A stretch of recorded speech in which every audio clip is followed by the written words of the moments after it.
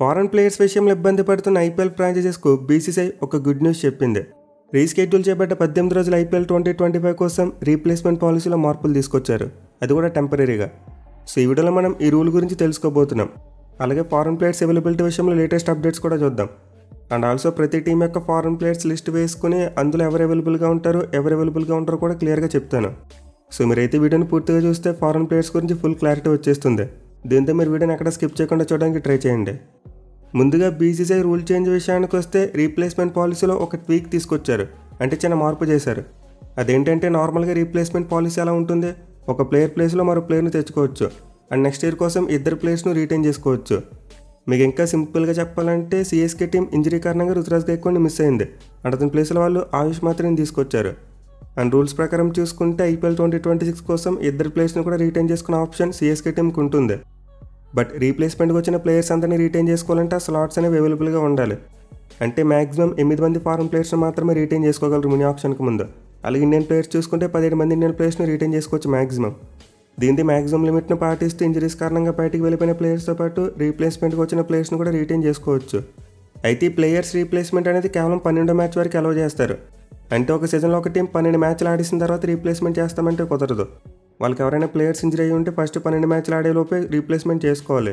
అలా కాకుండా 12 మ్యాచ్లు ఆడేసిన తర్వాత 13వ మ్యాచ్ ఆడే ముందు చేస్తామంటే కుదరదు. సో రూల్ ప్రకారం చూసుకుంటే ఇప్పటికే కొన్ని టీమ్స్ 12 మ్యాచ్లు కంప్లీట్ చేసుకున్నారు. దీంతో వాళ్ళకి ప్లేయర్ రీప్లేస్మెంట్ కుదరదు. అయితే ఇప్పుడు ఈ విషయంలోనే బీసీసీఐ టెంపరీగా రూల్ను మార్చారు. అదేంటంటే ఈ 12 మ్యాచ్ల లిమిట్ను ఎత్తేశారు. అంటే రిమైనింగ్ ఐపీఎల్ 2025 కోసం అన్ని ఫ్రాంచైజీలు కూడా రీప్లేస్మెంట్ చేసుకోవచ్చు కావాలంటే ప్లేయర్స్ను. మరి ముఖ్యంగా కొన్ని టీంలకు ప్లే ఆఫ్స్ కోసం ఇంపార్టెంట్ ప్లేయర్స్ అందుబాటులో ఉంటారని చెప్పి వార్తలు వస్తున్నాయి. దీంతో నేపథ్యంలో ప్లే ఆఫ్స్లో ఆడబోయే టీమ్స్ వాళ్ళు మిస్ కాబోయే ప్లేయర్ స్థానాల్లో వేరే ప్లేయర్స్ని తీసుకోవచ్చు. బట్ ఎనివే రిమైనింగ్ 17 మ్యాచ్ల కోసం రీప్లేస్మెంట్గా వచ్చే ప్లేయర్స్ కేవలం టెంపరీ మాత్రమే. అంటే నెక్స్ట్ ఇయర్ మినీ ఆప్షన్కి ముందు వాళ్ళు రీటైన్ చేసుకునే ఆప్షన్ అయితే ఉండదు. ఖచ్చితంగా వాళ్ళని మినీ ఆప్షన్లోకి వదిలేయాల్సిందే. సో ఏడాది ఐపీఎల్ అనుకోకుండా సస్పెండ్ అయ్యి వేరే ఇంటర్నేషనల్ మ్యాచెస్తో కొలైడ్ అవడం వల్ల ఇలాంటి టెంపరీ రూల్ను బీసీఐ తీసుకొచ్చింది. అయితే ఐపీఎల్ పోస్ట్ పోన్ కాకముందు రీప్లేస్మెంట్గా తీసుకొచ్చిన ప్లేయర్స్ అందరినీ కూడా ఖచ్చితంగా రీటైన్ చేసుకునే ఆప్షన్ ఉంటుంది. మనం వీడియో స్టార్టింగ్లో ఒక ఎగ్జాంపుల్ చెప్పుకున్నాం. రుతురాజ్ గైక్వాడ్ మరి ఆయుష్ మాత్రే ఇద్దరిని రీటైన్ చేసుకునే ఆప్షన్ సిఎస్కే టీంకి ఉంటుంది. ఎందుకంటే ఆయుష్ మాత్రే రీప్లేస్మెంట్ సస్పెన్షన్కి ముందు జరిగింది. సో ఇలా సస్పెన్షన్కి ముందు రీప్లేస్మెంట్కి వచ్చిన ప్లేయర్స్ని రీటైన్ చేసుకునే ఆప్షన్ ఫ్రాంచైజెస్కి ఉంటుంది. బట్ ఇప్పుడు ఎవరైతే ఫ్రెష్గా ఈ మిగిలిన 18 రోజుల ఐపీఎల్ కోసం ప్లేయర్స్ని రీప్లేస్మెంట్గా తెచ్చుకోబోతున్నారో వాళ్ళైతే ఖచ్చితంగా వాళ్ళని రిలీజ్ చేయాలి. అంటే వాళ్ళకి కేవలం అన్అవైలబిలిటీ కారణంగా బయటకు వెళ్ళిపోయిన ప్లేయర్ని మాత్రమే రీటైన్ చేసుకునే ఆప్షన్ ఉంటుంది. రీప్లేస్మెంట్కి వచ్చిన ప్లేయర్ని యథావిధిగా మళ్ళీ ఆప్షన్లోకి వదిలేయాలి. సో ఇప్పుడు టెంపరీ రూల్ చేంజ్ అయితే ఖచ్చితంగా కొన్ని ఫ్రాంచైజీకి ప్లస్ అవుతుంది. మెయిల్ ఎవరైతే ఎక్కువ ఫారెన్ ప్లేయర్స్ మిస్ అయ్యే అవకాశాలు ఉన్నాయో వాళ్ళు కావాలంటే రీప్లేస్మెంట్ ప్లేయర్స్ని తెచ్చుకుని ఆడిపించుకోవచ్చు. అండ్ ఈ రూల్ చేంజ్ అనేది కేవలం ఈ 18 రోజుల ఆటకు మాత్రమే. సో ఐపీఎల్ అన్ఎక్స్పెక్టెడ్గా సస్పెండ్ అవ్వడం కారణంగానే ఇప్పుడు బీసీసీఐ ఇలాంటి రూల్ చేంజ్ని తీసుకొచ్చారు. అదర్వైజ్ రీప్లేస్మెంట్ పాలసీలో ఎలాంటి మార్పు జరగదు. ఇక దీంతోపాటు సౌత్ ఆఫ్రికా ప్లేయర్స్కి సంబంధించి కూడా ఒక కీలకమైన అప్డేట్ వచ్చింది. సో మనమైతే రీసెంట్గానే చూసాం, సౌత్ ఆఫ్రికా వాళ్ళు డబ్ల్యూటీసీ ఫైనల్ కోసం స్క్వాడ్ని అనౌన్స్ చేశారు. అండ్ దానిలో చూసుకుంటే ఐపీఎల్ ఆడుతున్న 8 మంది ప్లేయర్స్ ఉన్నారు. దీంతో ఇప్పుడు 8 మంది ప్లేయర్స్ ప్లే ఆఫ్స్కి అవైలబుల్గా ఉంటారు లేదనేది ఒక క్వశ్చన్ మార్క్లో ఏర్పడింది. మరి ముఖ్యంగా సౌత్ ఆఫ్రికా హెడ్ కోచ్ ఒక స్టేట్మెంట్ ఇచ్చాడు. అదేంటంటే May 26 కల్లా స్క్వాడ్లోని సౌత్ ఆఫ్రికా ప్లేయర్స్ అందరూ కూడా స్వదేశానికి రావాలని చెప్పి పిలిపించాడు. దీంతో 8 మంది south Africa players playoffs miss అవ్వబోతున్నట్టు గట్టిగా వార్తలు వచ్చాయి. బట్ ఎనివే ఈ స్టేట్మెంట్ ఇచ్చిన కొన్ని గంటల్లోనే క్రికెట్ సౌత్ ఆఫ్రికా మళ్ళీ రూట్ మార్చేశారు. ప్లేయర్స్ రిటర్న్ రావడం అనేది ఇంకా ఓపెన్ ఎండెడ్గానే ఉంచారంట. అంటే సౌత్ ఆఫ్రికా బోర్డ్ మన బీసీసీఐతో చర్చలు జరుపుతుంది. ప్లే ఆఫ్స్కు క్వాలిఫై అయ్యే టీమ్స్లోని సౌత్ ఆఫ్రికా ప్లేయర్స్ తిరిగి వెనక్కి రావాలా లేదనే దాని మీద ఇంకా డిస్కషన్స్ జరుగుతున్నాయి.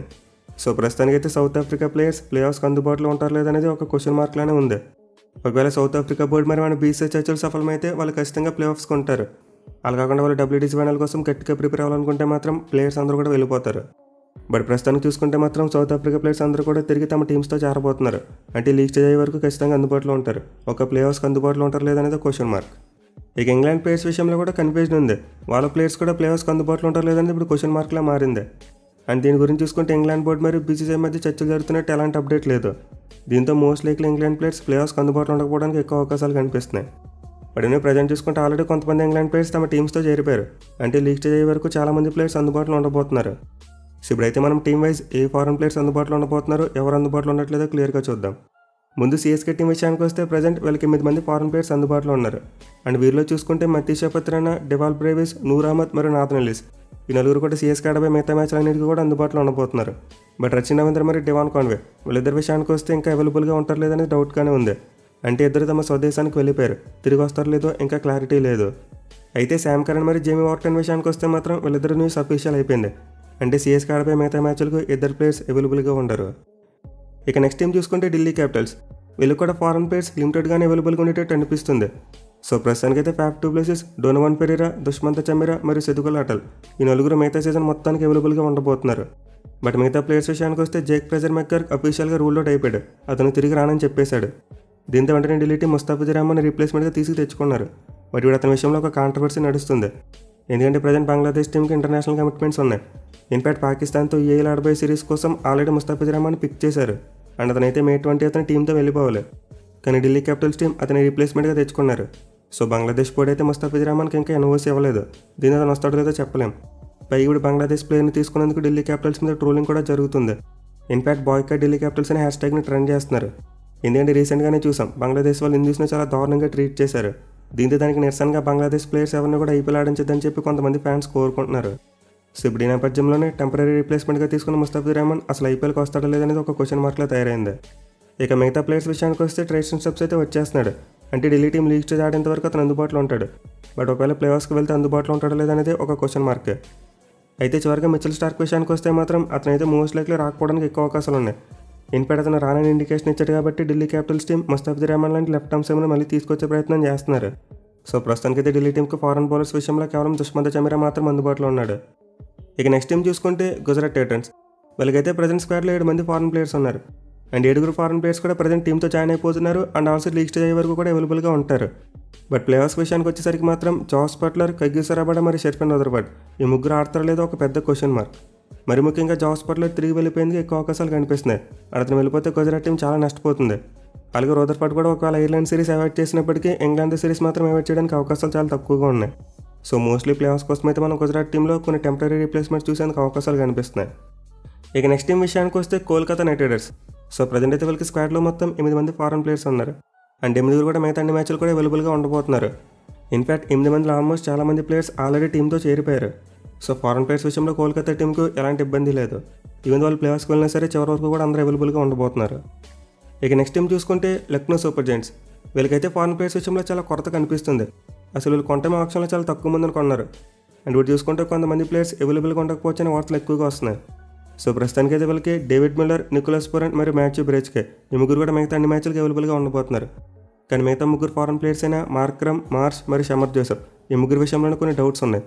బట్ ఈ ముగ్గురు అయితే అట్లీస్ట్ లీగ్ స్టేజ్ అయ్యేంత వరకు అందుబాటులో ఉండేందుకు ఎక్కువ అవకాశాలు కనిపిస్తున్నాయి.